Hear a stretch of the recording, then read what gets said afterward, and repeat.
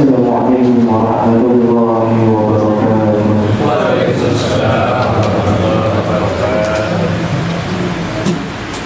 Alhamdulillah, alhamdulillah ja'ala syahr Ramadan syahrul qiyam was-siyam.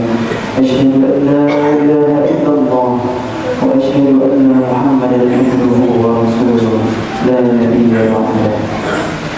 فقد قال الله تعالى في القرآن الكريم: أعوذ بالله من الشيطان الرجيم بسم الله الرحمن الرحيم يا أيها الذين آمنوا كتب عليكم الصيام كما كتب على الذين من قبلكم لعلكم تتقون. Hadratul Mukarramun yang saya muliakan, para alim agama, para asatidz, para asatidzah, para kiai, para ajudan, terutama yang saya hormati kepada kalian beserta jajarannya. Dan semoga kita semua mendapatkan rahmat dari Allah pada jamaah salat sunnah tarawih yang insyaallah kita akan lanjut dengan salat sunnah itu. Semoga amal ibadah yang kita lakukan di bulan Ramadan, baik itu puasa, baik itu sedekah, qiyam lail, baik itu membantu sesama muslim yang sedang kesulitan, semoga Allah balas dengan pahala dan ganjaran yang berlimpah. Amin amin ya rabbal alamin. Alhamdulillahirabbil alamin. Tak henti-henti kita panjatkan puji syukur kepada Allah Subhanahu wa taala. Puji serta syukur atas segala nikmat yang Allah berikan kepada kita. Yang mungkin banyak orang-orang yang sudah meninggalkan kita terlebih dahulu, bahkan mereka sudah jauh bertahun-tahun meninggalkan kita. Mereka seakan-akan bermimpi akan bertemu lagi Ramadan tahun ini. Ternyata Allah Subhanahu wa taala tidak menakdirkan hal tersebut. Dan sepatutnya kita sebagai seorang muslim, sebagai seorang yang beriman, yang diberikan nikmat oleh Allah Subhanahu wa taala, kita memberikan syukur sebanyak-banyaknya syukur kepada Allah karena kita masih diberikan keberkahan yakni bertemu di bulan Ramadan. Tapi salawat serta salam semoga senantiasa tercurahkan kepada baginda Nabi besar Muhammad sallallahu alaihi wasallam, Nabi akhir zaman, penutup Nabi dan Rasul yang ajarannya selalu kita ingat, yang ajarannya tidak pernah berbohong kepada kita, bahkan sampai akhir zaman yang dimana kita hidup di zaman ini, makin banyak kebenaran yang terungkap dari ajaran Islam. Hadirin yang berhormat Allah, saya mohon izin kepada para ulama sekiranya untuk memberikan sedikit yang saya pelajari terkait pelajaran penting di bulan Ramadan. Mungkin anak-anak bisa mencatat, yang menulis tema kultum kali ini puasa pengendali takdir atau takdir. Puasa pengendali takdir. Salah satu pelajaran yang penting dari puasa adalah kemampuan membedakan antara kebutuhan dan keinginan. Saat lapar dan dahaga terasa, kita tidak hanya belajar menahan diri, tetapi juga belajar memahami arti kesederhanaan. Puasa mengajarkan kita untuk mengendalikan hawa nafsu, bukan menutupi segala keinginan.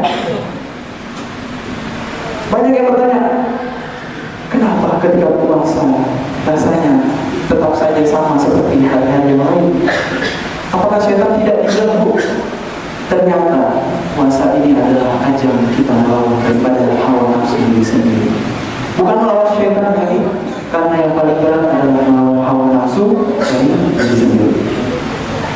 Namun yang kita ketahui secara jelas, yang sering terjadi justru sebaliknya. Ramadan kadang identik dengan lonjakan konsumsi. Hidangan berbuka berlimpah, berbagai makanan dibeli secara berlebihan, bahkan tidak jarang berakhir terbuang sia-sia. Padahal puasa mengajarkan kesederhanaan, bukan pemborosan. Allah Subhanahu wa taala berfirman, "I'lamu anna al-hayata ad-dunya a'lu wa lahu wa zinah, wa tafakhurun bainakum wa takathurun fil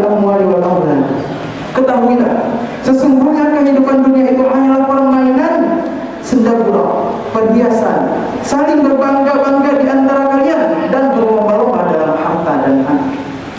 Tentunya ayat ini mengingatkan bahwa kehidupan dunia ini sering membuat manusia terlena.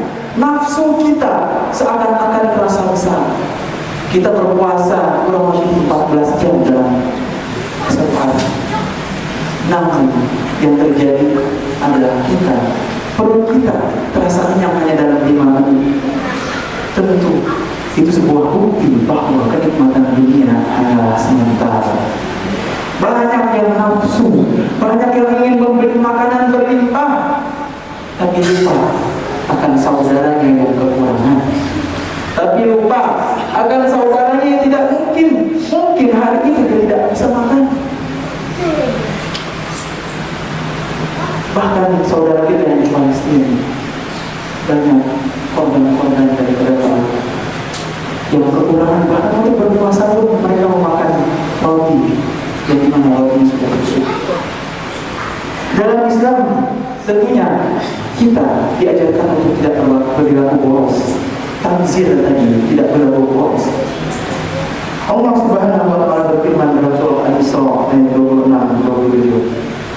وآتِ ذا القربى حقه والمسكين وابن السبيل ولا تبذر تبذيرا إن المبذرين كانوا إخوان الشياطين وكان الشيطان لربه كفورا. Dan berikanlah haknya kepada kerabat dekat, juga kepada orang miskin dan orang yang dalam perjalanan, dan janganlah engkau menghamburkan harta secara boros. Sesungguhnya orang yang boros itu adalah saudara syaitan, dan syaitan itu sangat dekat kepada Tuhannya. Ayat ini menunjukkan bahwa pemborosan adalah perbuatan yang sangat dibenci Allah, bahkan disamakan dengan perbuatan syaitan. Profesor Boris Shihab dalam tafsirnya menjelaskan bahwa tafsir dipahami sebagai pengeluaran yang bukan pada tempatnya. Jika seluruh harta dibelanjakan untuk kebaikan, itu bukan pemborosan. Abu Bakar radhiyallahu anhu menyerahkan seluruh hartanya untuk jihad, dan Utsman radhiyallahu anhu membelanjakan separuh hartanya. Keduanya tidak dinilai sebagai mubazir. Sebaliknya, membasuh wajah lebih dari 3 kali saat wudu dinilai pemborosan, walau airnya dari sungai yang mengalir. Jadi, pemborosan lebih terkait ketidaktepatan penggunaan, bukan sekadar jumlah. Dijelaskan dalam tafsir Al-Misbah. Di sini puasa menjadi sarana sebagai koreksi diri. Dengan menahan diri secara sadar, kita belajar bahwa keinginan bisa dikendalikan. Pengendalian diri dibutuhkan oleh siapapun, kaya atau miskin, tua atau muda, lelaki atau perempuan, dalam setiap zaman. Hadirin yang dirahmati Allah, puasa adalah latihan pengendalian diri. Kita menahan lapar dan haus bukan karena tidak mampu, tetapi karena taat kepada Allah Subhanahu wa taala. Ini melatih kita untuk mengendalikan hawa nafsu, termasuk dalam mengendalikan keinginan terhadap makanan dan harta, agar tidak tercipta yang namanya mubazir, sehingga kita terjauh daripada sifat-sifat mubazir yang mana sebagai teman yang daripada syaitan. Ramadan seharusnya menjadi momentum perubahan dari hidup boros menjadi hidup sederhana, dari berlebihan menjadi secukupnya, dan dari hanya memikirkan diri sendiri menjadi peduli kepada sesama, yang sebagaimana dijelaskan dari ayat surah Al-Isra ayat 26 dan 27. Dan berikanlah haknya kepada kerabat dekat, juga kepada orang miskin dan orang dalam perjalanan. Rasulullah juga mengingatkan kepada kita, bahkan ketika kita memasak suatu hidangan, apabila hidangan itu tercium oleh tetangga kita, maka alangkah baiknya kita memberikan hidangan tersebut pula kepada tetangga kita. Begitupun demikian, apabila kita punya kelebihan rezeki, berikanlah rezeki itu, infakkanlah rezeki itu di jalan Allah. Insya Allah Allah akan balas dengan berlipat ganda. Bukan seakan-akan diberi rezeki, ia akan menelannya sendiri dan lupa terhadap saudara-saudaranya yang membutuhkan. Hadirin yang dirahmati Allah,